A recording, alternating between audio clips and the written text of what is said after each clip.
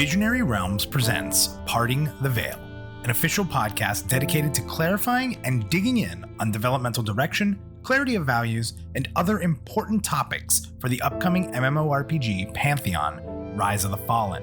Don't forget to subscribe to the show on Spotify, iTunes, or your favorite podcast app, and share your thoughts on today's show across the various Pantheon social media channels. I'm Minus, and I'm your host for this deep dive. So without further ado, onward and upward. Welcome to Parting the Veil. Thank you to Creative Director Chris Joppa Perkins for joining me in another in-depth discussion. And in this episode, we're going to be talking about grouping versus soloing in Pantheon Rise of the Fallen. So before anything, welcome, Chris. It's a little long overdue. I'm happy to sit down with you again. Yeah, glad to be back. Excited about this topic. Chris, I'm going to jump right into it so that we can make the best use of our time. Now, since its inception, Pantheon's been labeled as a group-centric MMORPG. And this is specifically important due to a lot of the industry moving towards a format which allowed players to play solo through a majority of MMORPG content these days.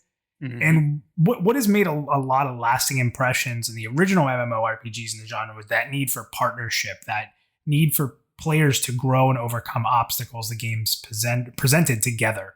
So this was a big focus on how we described Pantheon, but it also caused some confusion to are we going to be able to solo? So we'll start with this question.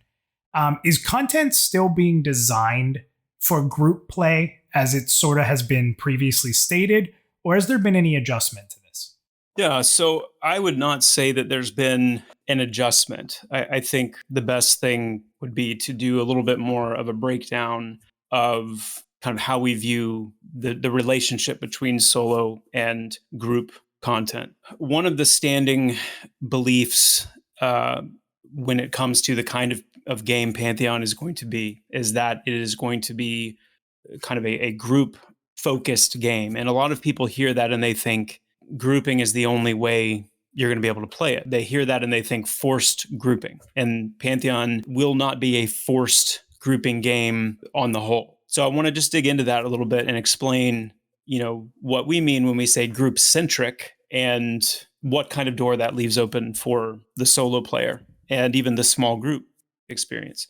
So when we say group centric, we are looking at building a game with a majority saturation of content that you will need a group of adventurers that are, able to work together as a team to overcome. That is where we believe that the best representation of the heart and soul of this game, the experience of playing Pantheon, is found. And we've had that affirmed by our internal VIP pre-alpha testers very strongly, that when a full group comes together, or even a smaller group comes together and plays Pantheon as a group, it is the fullness of the experience, kind of the pinnacle of that. And so that's really, still very much the heart and soul of our game. We are building content that supports, and in that case, certain content, depending on the challenge and the difficulty of it, will require a group of players. But that does not mean that we are not considering the smaller group and even the solo player experience as well. I just want to make it clear that goal of building a group-centric game has not been adjusted. It is still the heart and soul of Pantheon for sure. I love hearing that because there's parts of the community, parts of the MMORPG community that sort of hold on to certain sayings. And we've talked a lot about that these have always gone back to design docs that have been around. The general thought and process hasn't changed from those design docs. But you've said before, sometimes when you look at things at a very high level, once you start feeling it out, it leaves room to change and adjust. So I would imagine that's where some of that adjustment has come from. Absolutely, yeah, it is, and because again, you're looking at the lens of time as well.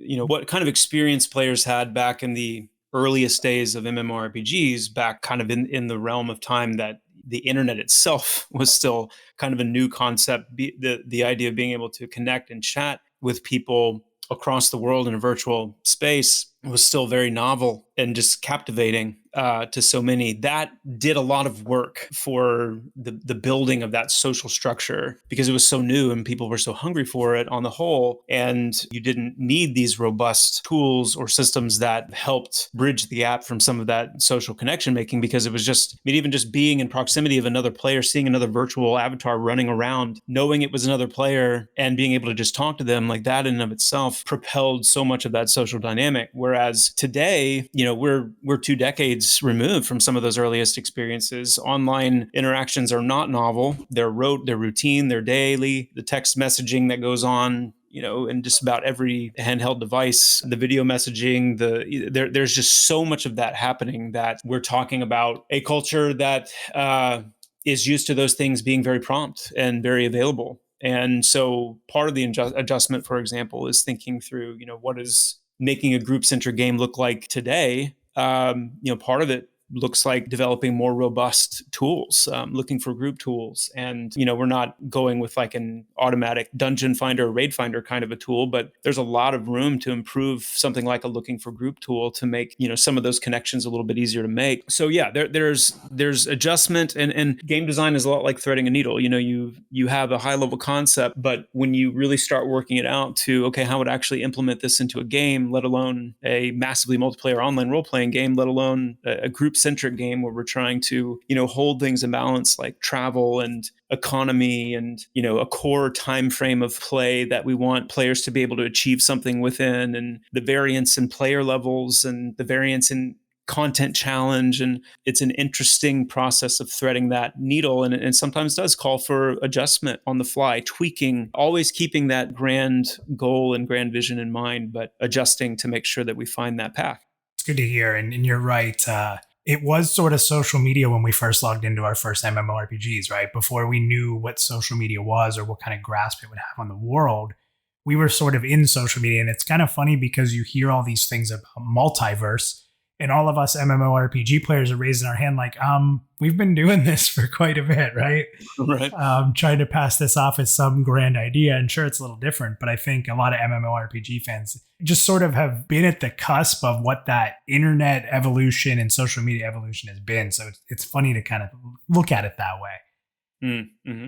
So talking about soloability moving forward, I'm going to put you on the spot. A lot of people don't know this yet, but we've done some internal changes to just, what pre-alpha testers have played, what we've looked at when we've seen people in pre-alpha testing not find a group in solo versus, like you said, that pretty amazing group experience. I think I can say that confidently. What is all the feedback, some of the tweaks in combat formulas?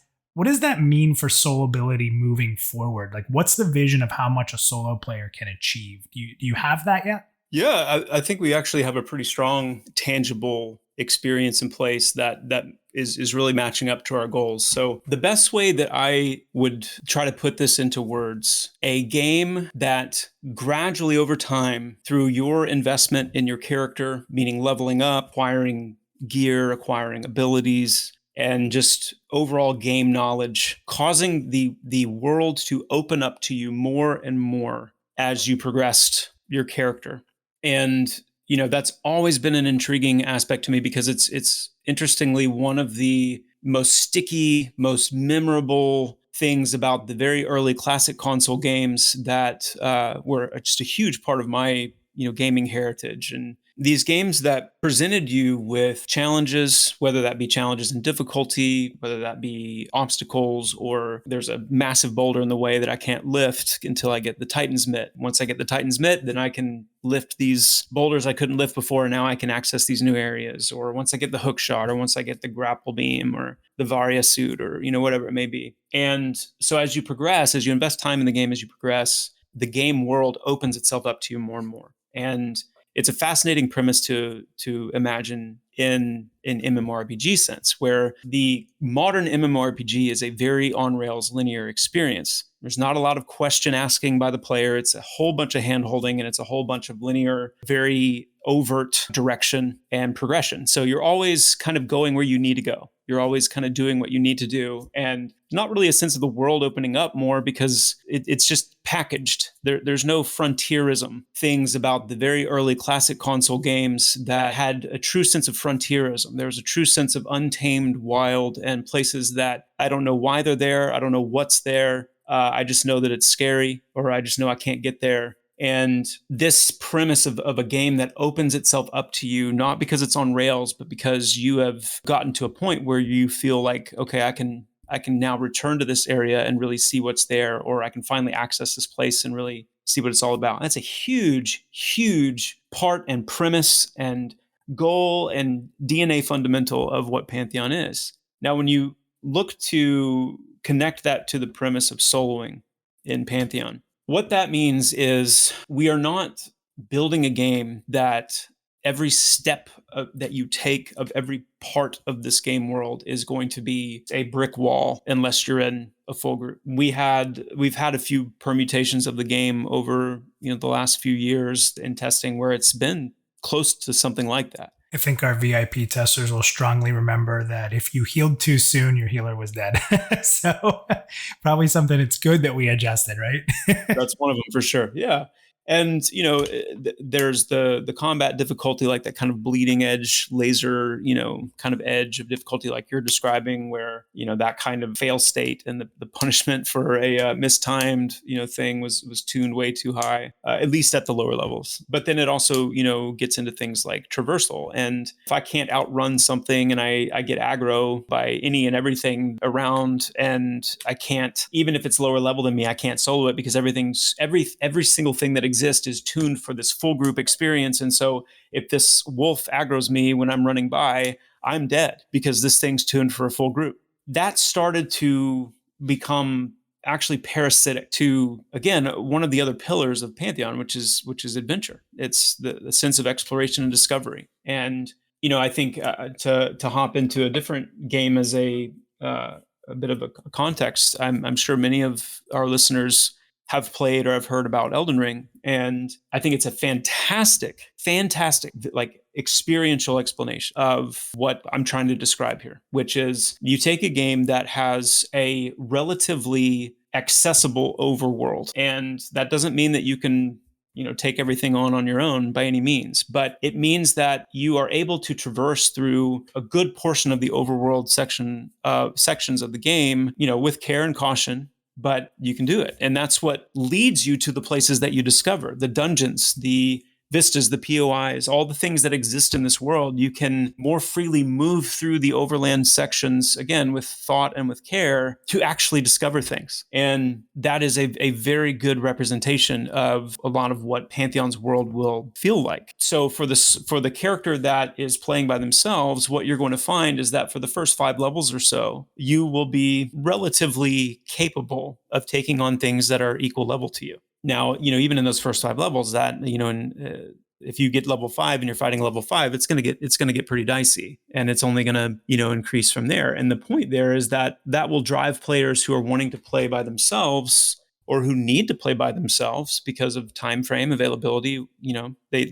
They want to find a group, but they can't for whatever reason. Around that level 5 mark, you're gonna learn very quickly that you're gonna need to start looking for lower level NPCs compared to you to more safely be able to take those on. And of course, that's going to mean less experience per kill and so on. But as far as the balance changes that you were referencing, that's some of the specific changes that we've made recently. Is the structure of the way that the level-based system works with, the player power compared to an NPC. You're going to find that very quickly in your player's life, you're going to start seeking out lower level NPCs. And then, of course, but that's talking about the overland areas. So when I'm, traversing on the lands outside of the starting city or moving into the next, the adjacent zone, if you will, and I'm starting to kind of scout around a little bit. But again, to reference Elden Ring, they've done an amazing job of planting these various POIs, encampments, different things where even in the overland, it starts to you realize, okay, this area is a little bit tougher. The NPCs are a little more intense. Or maybe there's a kind of a mini boss NPC, part of that. And that would be a good example of in an MMORPG setting where you might run into like a small group type content area as you're moving around the overworld. And then, of course, you've got your dungeons, you've got your, major bosses and other things within that game that I think would be a great, again, parallel representation of what, finding a stuff that is more group centric. So, Halner Cave, for example, is not a place you're really going to want to try to go solo unless you're significantly higher level and, probably have some good gear. Maybe you could come back to that area and fare reasonably well. But that's kind of the breakdown of what we're looking for. And if you go back to even the earliest MMORPGs that we reference from time to time as being, true inspirations and us having some of that classical spirit kind of imbued into our DNA, those games were not forced grouping games either. In fact, Yep. there was a lot of solo capability for thoughtful, careful, creative players who really, mastered certain parts of their class. They were able to do some pretty cool things. But hopefully that, kind of sums up the general approach that we're trying to take.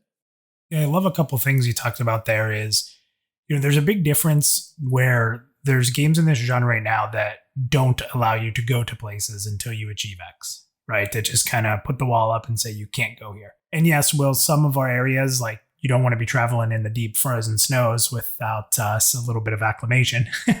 But Oh, yeah. but what it does in some of the other games in the genre, which you just hit on, is that when you're exploring, you don't get to those moments where you end up somewhere where you found a way to get there, but you quickly know that this probably isn't where I should be right now, right? And you kind of get nervous, you get scared. You see something that's like, "Ooh, I'm turning around," right? And when you don't have the ability to do that free roam exploration in solo or in group, you miss out on those moments of excitement for what's to come. So I love that you touched on that a little bit and being able to kind of have some of that explorability, but you'll be careful where you end up. Oh, yeah. Oh, yeah. So, also talking to what you said there, and you brought up a great point that in the games that some of our fan base have played and they think about grouping, that there's definitely been solo ability. And some of the most popular ones, I will tell you that I was a very heavy solo player when I entered in MMORPGs, if not maybe a duo player. And I was able to achieve a lot by, you kind of hinted on learning the skill of your class.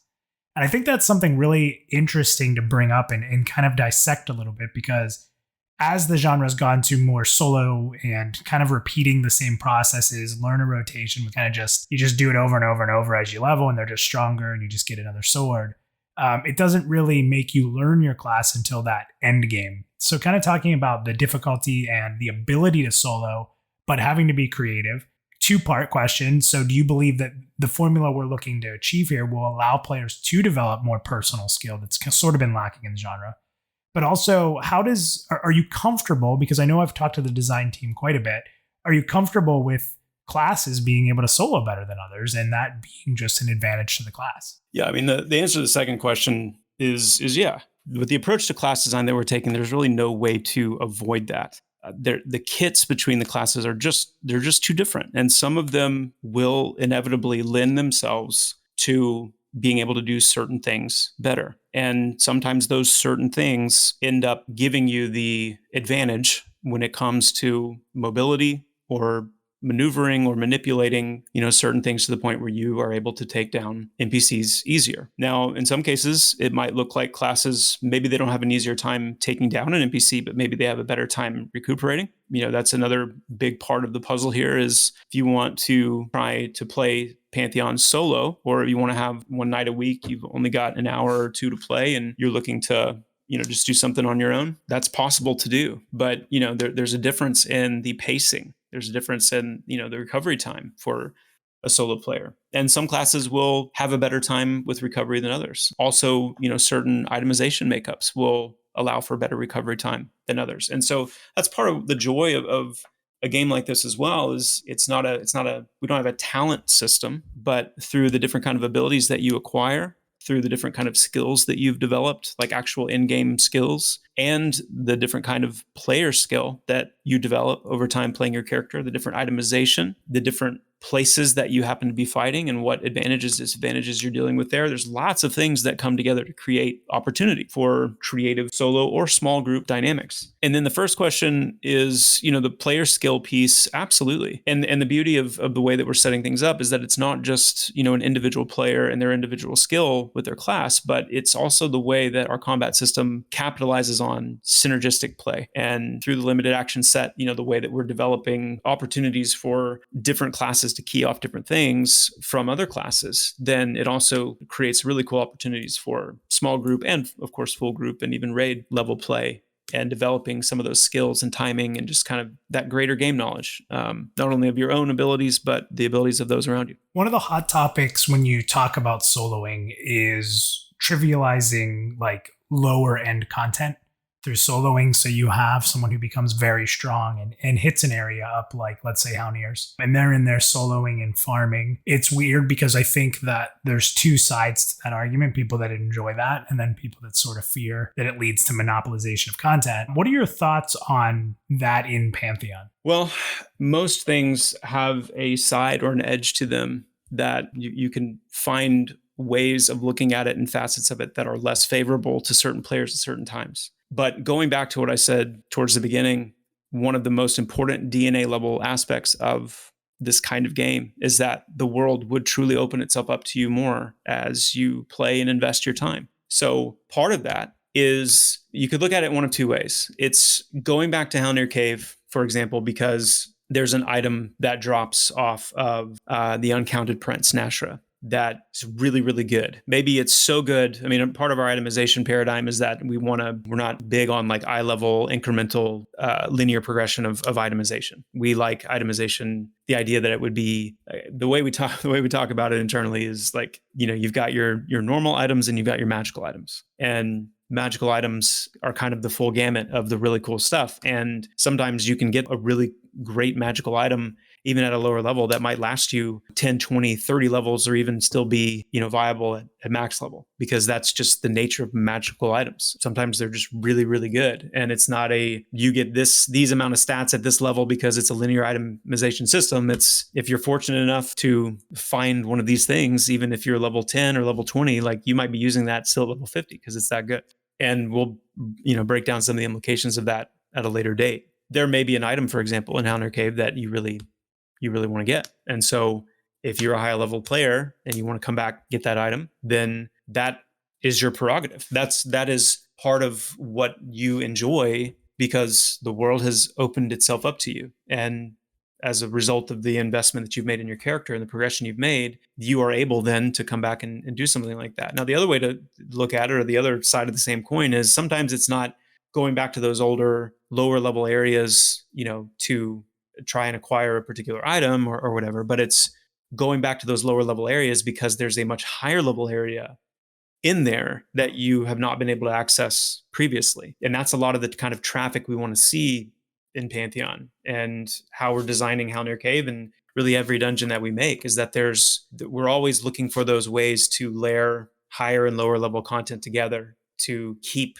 that carrot in front of lower level players, so they're seeing the awesomeness of high level characters, how they look, how they play, how they move, but also to keep those areas fresh and to constantly build again that sense of exploration, that sense of expectation that there really is something to find, make note of and come back and check out at a later point when you're able to. So there are obviously players that just want everything to be group, and as soon as they hear that there's soloing, they start to panic a little and start thinking, oh no, it's going to go to what the genre has been doing. And I think the problem is you've said it before, and you said it earlier in this, that, even in those games that people look back and think were grouping extravaganzas, there was still soloing. So what would you say to people that are afraid that knob's going to be turned too far to soloing because of these adjustments being made, or because players' skill, for example, or being higher level? The primary issue with these games that we would, ascribe these kind of problems to is that the entire progression system is built on linear solo play, primarily through quest completion to reach the end game. And you can do dungeons along the way if you choose, do instances along the way if you choose, but they're kind of superfluous. They've got quests and some pretty good items that'll last you a few levels, maybe, But if you skip it, you're not missing much, right? You Yeah, just you're can not go missing past anything the if end. you skip it. You've got a clear soloable path. Not even solo. I wouldn't say soloable. I would say a clear solo designed path, linear in nature, to reach the end goal. That's very, very different from a game that is non-linear, that does not have a predetermined path, for you to follow. That's best step every step, and that is not a level-based progression system centered around linear questing. In Pantheon, you will have the option as you get higher and higher level to seek out NPCs that are lower enough level for you to be able to solo if you choose. And the higher level you get, the lower level these NPCs will need to be in comparison for you to do that safely. What that means is a significant reduction in the experience that you get from those NPCs. It means longer recovery time because of how many resources you're needing to expend per fight. And it means that, you're going to have to do these things in areas that are on the whole just safer. 9 times out of 10, you're going to be relegated to areas that are safer. And like I said earlier, we're talking about overland type areas. The best stuff for those, interested in stuff, like I gear love and stuff. I love stuff. yeah, I mean, things that you're going to be hungry to find, those things are going to be found in areas that you're not going to be able to solo in, at least at level or anywhere near the current level that you're at. And so you're going to rely on other groups, other people to form, a small group or even join a full group to be able to access these areas. And the other cool thing about our itemization and just our different plan systems as a whole is, for someone who wants to just rush all the way to max level, like let's say someone just says, you know what, I'm gonna just 24/7 nonstop, right? 24/7 nonstop, I'm gonna no life this game and I'm gonna do it all solo. I'm just gonna that's gonna be my way of playing. That's doable. I'll just say it right now, like if you want to put the time in, it's gonna take a while. It's gonna take a good while. Uh, and but you should always be able to find something low enough level that still gives some experience that you could feasibly do that. The problem with that is all of the different systems that we have in Pantheon, everything from climbing to swimming to climate to fractures, the different kinds of itemization that need to go along with those things to assist skill-based traversal. So, you've got climbing skill, for example, but there are certain things that are only climbable with enough skill and the right gear to be able to, reach the very top. There are certain climates that are so intense and extreme that they're only survivable with enough acclimation that would come through not only glyphs, but even particular itemization buffs, etc., to fully protect yourself. These things, if you want to be able to access everything that the game has to offer, not only at the end but all along the way, you've really got to be able to go to the places to seek those things out. Some of those things you may be able to purchase with money that you accrue.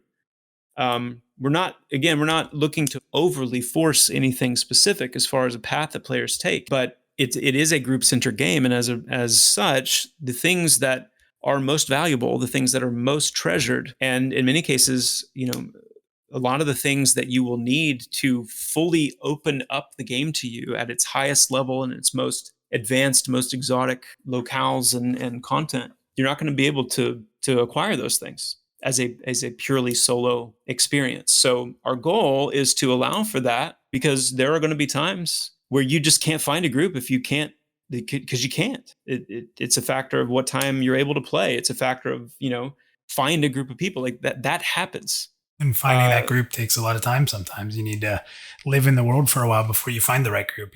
Might be in one group at one point and one group at another until you find that fit, right? So for sure. And that's one reason why we are putting a lot of thought into the kind of tools that we're developing to help players do that. It's 2022. We've got a lot of history behind us. We've got a lot of great examples of very, very well done, well built tooling and social tooling that can allow for much deeper connection between players and the ability to create those relationships and do that kind of on their own terms.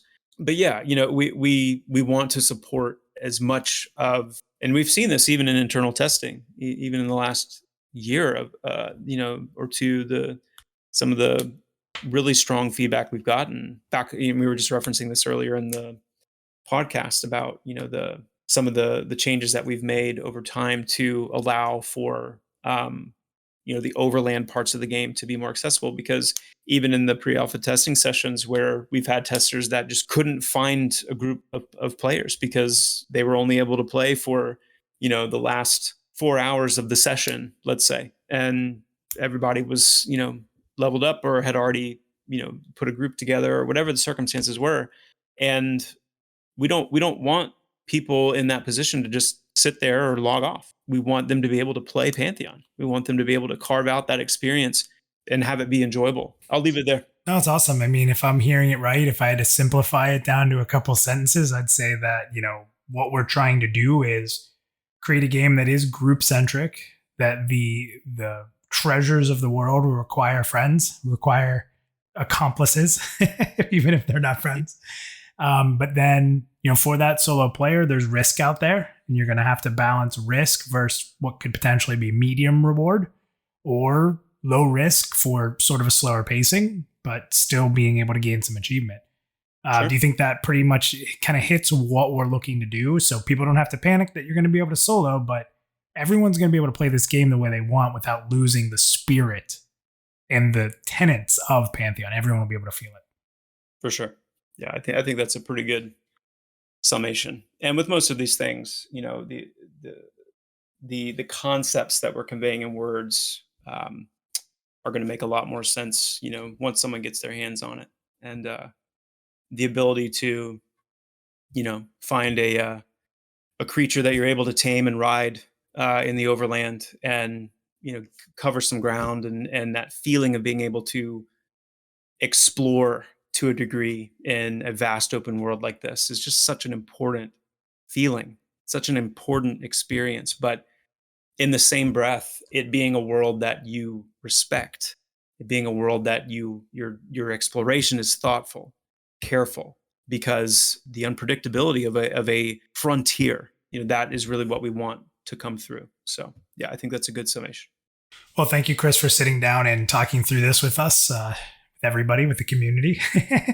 And you keep teasing the taming, so that eventually you're going to have to start spilling all the beans. We may have to do another one to talk about mounts and how that system is going to work, because you've teased it a few times now, so I'm going to have to hold that to you.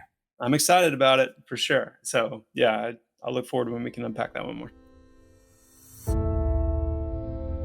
Thank you for listening to today's episode of Parting the Veil. If you'd like to help support Pantheon Rise of the Fallen, be sure to head over to pantheonmmo.com to look at our various pledge packages. As Pantheon is a crowdfunded game, every ounce of support helps bring this game to life. We hope you've enjoyed today's show, and we'll see you next time.